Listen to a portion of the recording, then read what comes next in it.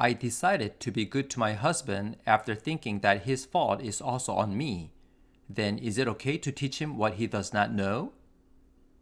우리가 가르치는 건지 배움을 받고 가르치는 건지 우리가 You should not think it is teaching when you explain things to others or to make them understand. 이런 것들이 가르치는 거라고 생각을 하면 안 돼요. 가르치는 거하고 Teaching and explaining to make people understand are two different things. 가르치는 거는 선생과 Teaching 스승의 happens 사이가 돼야 only in a relationship between a 스승 or a teacher and a student. In a parent and child relationship, parents can teach their child. In this case, the parent is a teacher to their child. A parent is a parent because they gave birth to a child. However, when they raise the child, it is not a parent and child relationship. We need to distinguish these two different relationships. Parents should think whether their role is nanny, teacher, or a supporter. 그럼 내가 지금 널 뒷바라지하는 사람인지 이런 것들이 내가 부모기 때문에 해야 되는 게 아니라는. These roles do not all have to be done by the parents. A bare minimum role of parents ends when they give birth to a child and raise them until they are 3 years old, when they can survive in the world. You may ask, 스승님, then who can raise the child if parents don't do so? Let me give you an example. Does a queen raise her own child? A queen does not raise her child. A wife of a CEO does not personally raise her child. People who have higher quality work to do than rearing a child do not raise their children personally. They are parents because they gave birth to a child. A parent is a parent because they gave birth. They are parents not because they tell the child what to do. A parent is a parent because of giving birth to a child. A parent should take care of their baby until 3 years old. After 3, if the family is well off, or parents have something more important to do than raising a child, then they can arrange a caregiver to raise the child. There are many important factors in raising a child. Things like feeding the child, providing material needs, and education are all necessary components.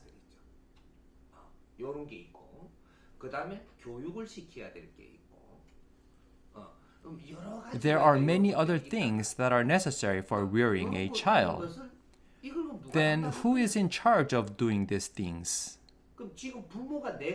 If parents decide to do this personally, then they choose to take this role not because they are parents, but because they want to contribute to the development of their child. The role of a parent and the role of raising the child should not be mixed. If parents decide to raise the child themselves, then they have to ask themselves, do they know how to raise a child to grow properly? Do they know the principle of what nutrition is necessary for proper development? This is why it is best for a cook or a nutritionist to prepare meals for a child.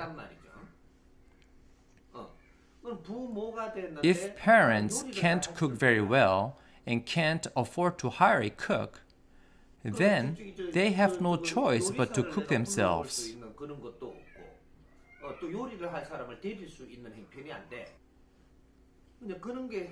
They decided to raise the child despite not having the wherewithal. So they have a hard time cooking for the child. 것들이 우리가 지금 You say you are raising the child as a parent, but did you learn the knowledge to raise your child properly? 키울 수 있는 그런 걸 배워서 키우느냐? 그걸 못 배운 자가 이걸 Without that 키우게 knowledge, the child will not receive all the support they need.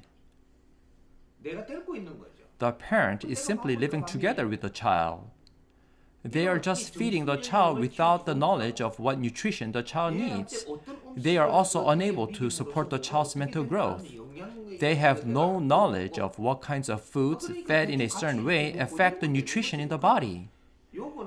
They think casually eating together is enough. It means they had no plan when raising their child. Let's say that parents did their best to raise their children. However, they only did their best as much as they could within their abilities.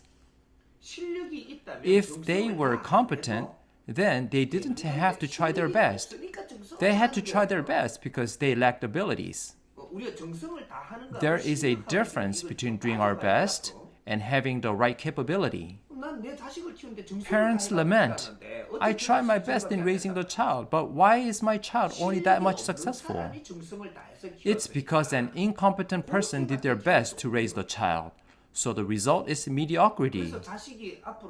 If a child develops into an adult and goes out into society and tries to do something, but it doesn't work out very well, then you can draw a conclusion that you did not raise the child properly.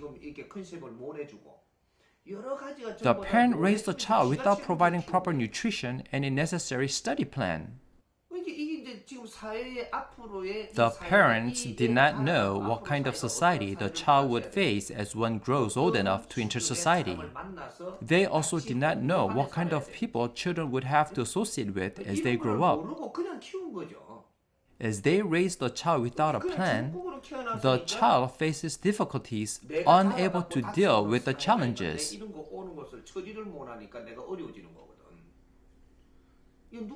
Whose responsibility is this? Is it the child's fault? Who do you think is responsible? If you analyze this carefully, you realize it's the parent's fault. So if the child is struggling, where does that pain come back to? The pain returns to the parents, but does it go to the father or the mother? It comes back to the mother, because the mother raised the child that way. It's the mother who raised the child to live a life but in that way. The father did not intervene much. That is why the child does not complain to the father. What did the father do? He earned money and supported the family quietly without intervening much. That is why the child does not challenge the father. On the other hand, the mother intervened a lot, giving directions to the child. Disregarding the child's own wish, the mother forced the child to follow her direction. These decisions piled up. Even small decisions continue to accumulate. As these small influences accumulated, the child has grown up as the mother guided.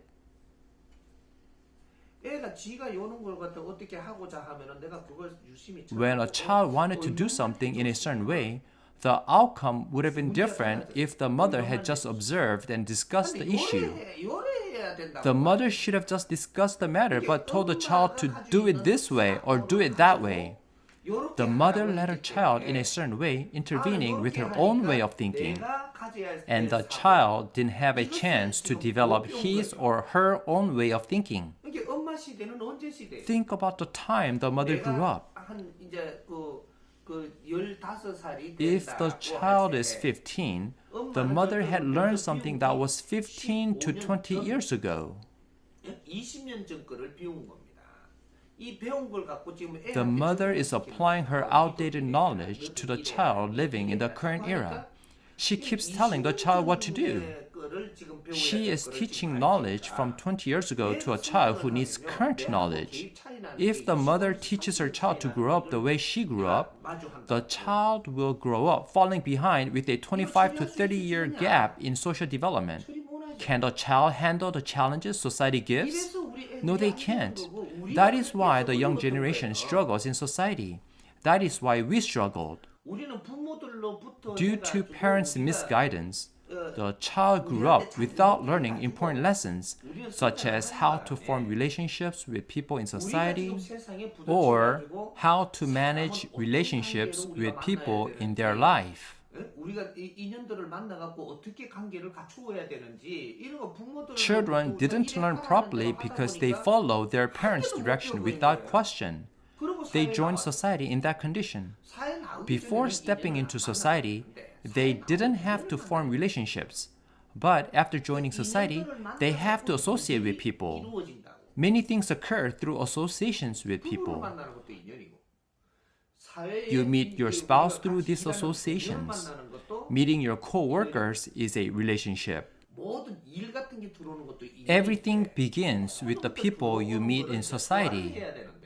You are supposed to digest everything that comes your way, but you can't. If children are unable to digest what these relations bring to them, they will start to feel frustrated. When the frustration builds up, they will go crazy. If the frustration is this much, then it's okay. But the heaviness and frustrations pile up, and the pressure builds up to the point of going mad. When more pressure adds to this madness, children will go crazy. If this keeps up, they will go out of control. This is how their life becomes difficult. If things get worse, children will think of even committing suicide or even committing murder.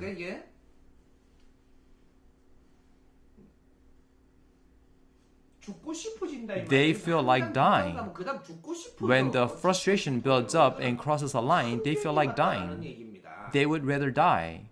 It means that this has become a serious disease, an accident waiting to happen. When a kid's life goes just a little awry, they would rather die. They lost the will to overcome challenges.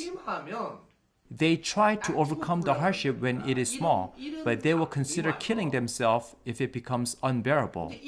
They face this kind of pain. But is this children's fault? Parents did not know that their lack of discernment caused their children to grow up this way. We have to look at this phenomenon objectively.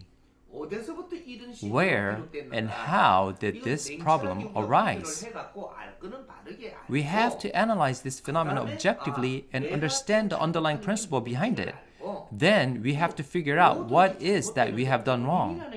There is always an underlying cause of a problem. We must figure this out. This can be psychoanalysis and also sociological analysis. We have to analyze everything. If we draw a conclusion from this analysis, then we should explain the result to the people logically to help them understand. If people understand from these explanations, then we should be open-minded in finding our duties and choose a better way to do what is right for our children.